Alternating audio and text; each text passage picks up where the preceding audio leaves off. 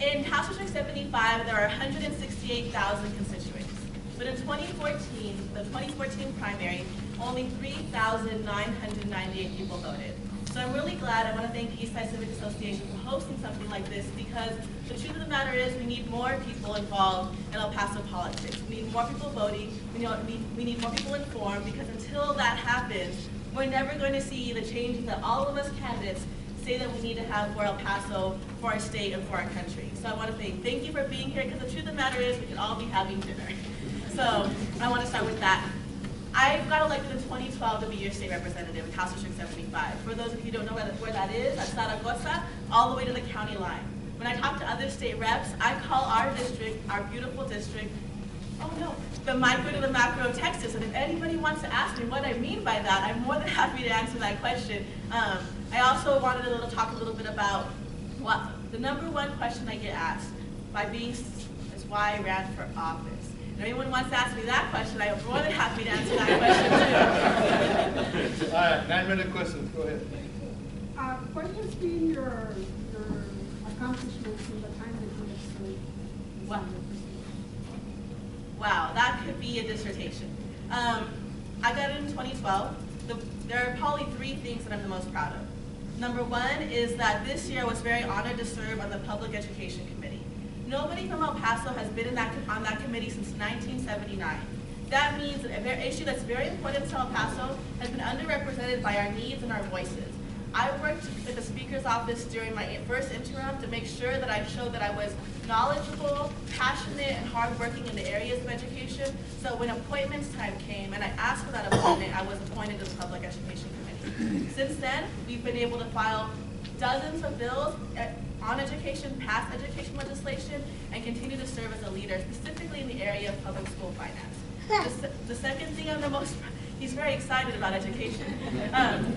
The second thing that I'm proud of is my relationships. I think the delegation this year has been the strongest delegation we've had in a very long time. I'm proud to be part of the delegation, but even more so is the relationships I have with other leaders. So for example, there's this really great article from the Austin American Statesman, and there is a Republican chairman who talks about our relationship, and he, in the article, talks about how I'm his daughter on the floor.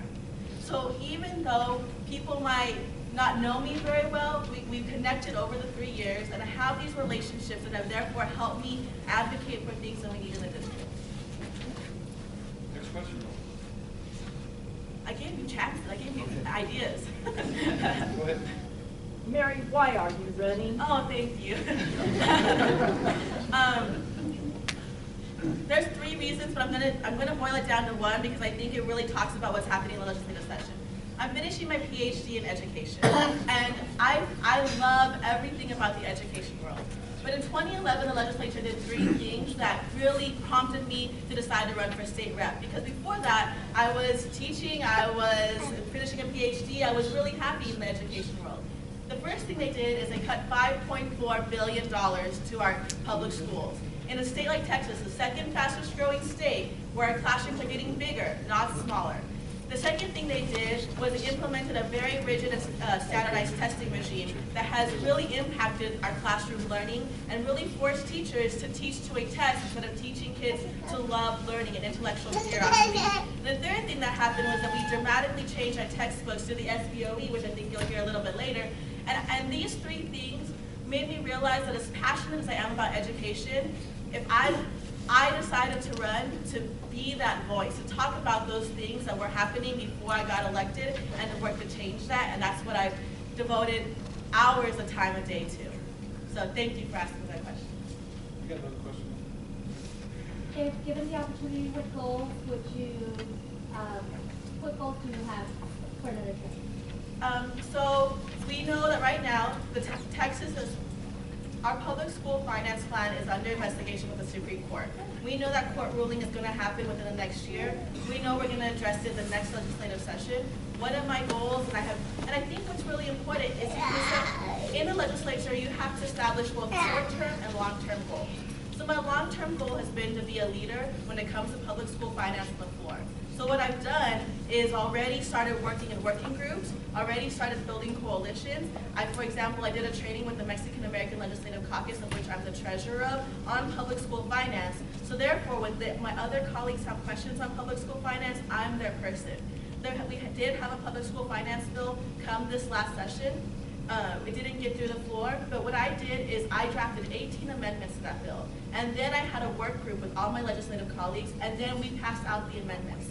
So to answer your question, my #1 goal is to not only be involved, but a leader in the public school finance conversation, because we can talk about all the things that need to happen, but until we actually change that equation, until we actually address the inadequacies in funding and the inequity in funding, we're just putting Band-Aids on a lot of problems. Yes. Since you've been on, represented your biggest challenge dealing with that one, other than education? No, I think that's a great question. I think my biggest challenge is that the truth of the matter is this district is playing catch up. We are still trying to get sewer. We're still trying to get electricity. We're still trying to have water filtration systems so people aren't drinking arsenic. We're still trying to get, there's a colonia, for example, that the septic tank, the sewage system is defunct, and therefore dumping sewage into irrigation canals, right? We are playing catch up when it comes to basic infrastructure. Things that should have been done decades ago, and unfortunately things that take years to fix. And so the biggest challenge is basically making sure that we're investing in basic infrastructure, so then therefore we can invest in economic development.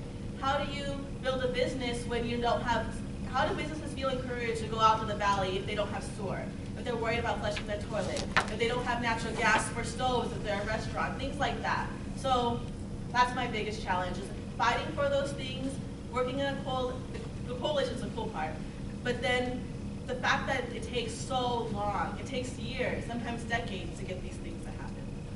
We got any time left? Any questions? 3 minutes left. Any other questions? Thank you, Mayor. Thank you so much.